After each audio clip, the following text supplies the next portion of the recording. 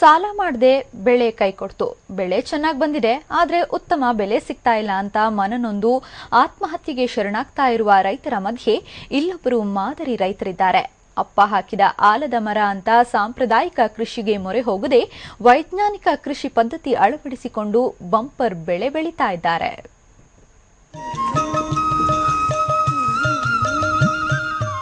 ಕಣ್ಣು ಹಾಯಿಸಿದಷ್ಟು ದೂರ ಸಾಲು ಸಾಲು ಪಪ್ಪಾಯಿ ಮರಗಳು, ಒಂದೊಂದು ಗಿಡದಲ್ಲೂ 20 ರಿಂದ 30 ಪರಂಗಿ ಕಾಯಿಗಳು. ಸುಮಾರು 1.5 ಎಕರೆಯಲ್ಲಿ ಬೆಳೆದು ನಿಂತಿರುವ ಈ ಪರಂಗಿ ತೋಟವಿರುವುದು ಬಾಗಲಕೋಟೆ ಜಿಲ್ಲೆ ಜಮಖಂಡಿ ತಾಲೂಕಿನ ಹಳಿಂಗಳಿ ಗ್ರಾಮದಲ್ಲಿ. ಧನ್ಪಾಲ್ ಯಲ್ಲಟ್ಟಿ ಎಂಬ ರೈತ ಸಾಂಪ್ರದಾಯಿಕ ಕೃಷಿಗೆ ಜೋತು ಬೀಳದೆ ಪರಂಗಿ ಬೆಳೆ ಬೆಳೆದು ಸೈ ಎನಿಸಿಕೊಂಡಿದ್ದಾರೆ. ಗ್ರಾಮದ ರೈತರಿಗೆ ಮಾತ್ರವಲ್ಲ, ಇಡೀ ರಾಜ್ಯದ ರೈತರಿಗೆ ಮಾದರಿಯಾಗಿದ್ದಾರೆ.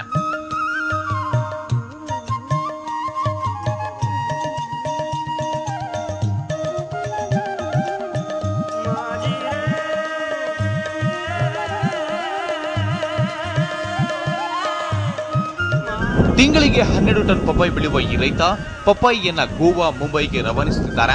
ಈ ಮೂಲಕ ತಿಂಗಳಿಗೆ 1.5 ಲಕ್ಷದವರೆಗೂ ಲಾಭ ಗಳಿಸಿ ಸೈ ಎನಿಸಿಕೊಂಡಿದ್ದಾರೆ.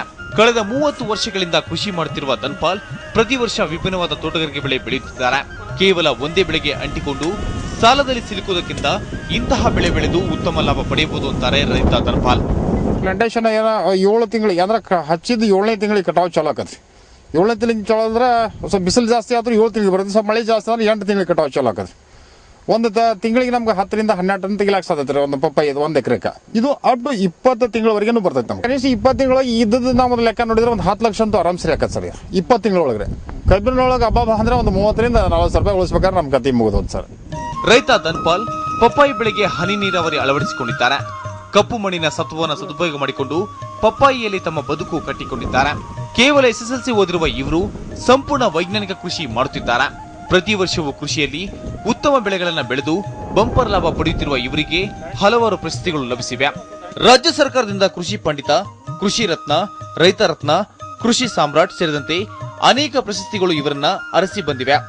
ಇವರ ಕೃಷಿ ಪದ್ಧತಿ ಎಲ್ಲ ರೈತರಿಗೂ ಮೆಚ್ಚುಗೆಯಾಗಿದೆ. ಧನ್ಪಾಲ್ ಯಲ್ಲಟ್ಟಿ ಅವರನ್ನ ನೋಡಿ ಇವರ ಕೃಷಿ ಪದ್ಧತಿಯನ್ನ ಕಲಿಯಬೇಕೆಂಬ ಅಪೇಕ್ಷೆ ಗ್ರಾಮದ ಇತರ ರೈತರಲ್ಲಿ ಮೂಡಿದೆ. ಬರೀ ಕಬ್ಬಿನ ಬೆಲೆ ಆತಂದ್ರ ಅವ್ರಿಗೂ ಕೊಡಾಕ ಆಗೋದಿಲ್ಲ ಅಂತ ಹೇಳಿ ಎಷ್ಟೋ ರೈತರ ಆತ್ಮಹತ್ಯೆ ಮಾಡ್ಕೋಕತ್ತಾರೆ.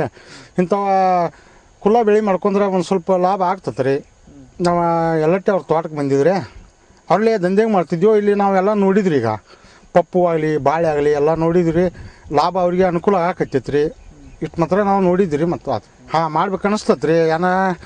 ಅಲ್ಲ ಇಂಥ ಚಿಲ್ಲರ್ ಬೆಳೆ ಮಾಡ್ಕೊಂಡ್ರೆ ಲಾಭ ಸಿಗ್ತದ್ರಿ. ಬರೀ ಎಲ್ಲರೂ ಕಬ್ಬ ಅಂದ್ರೆ ಏನು ಅನುಕೂಲ ಆಗೋದಿಲ್ರಿ.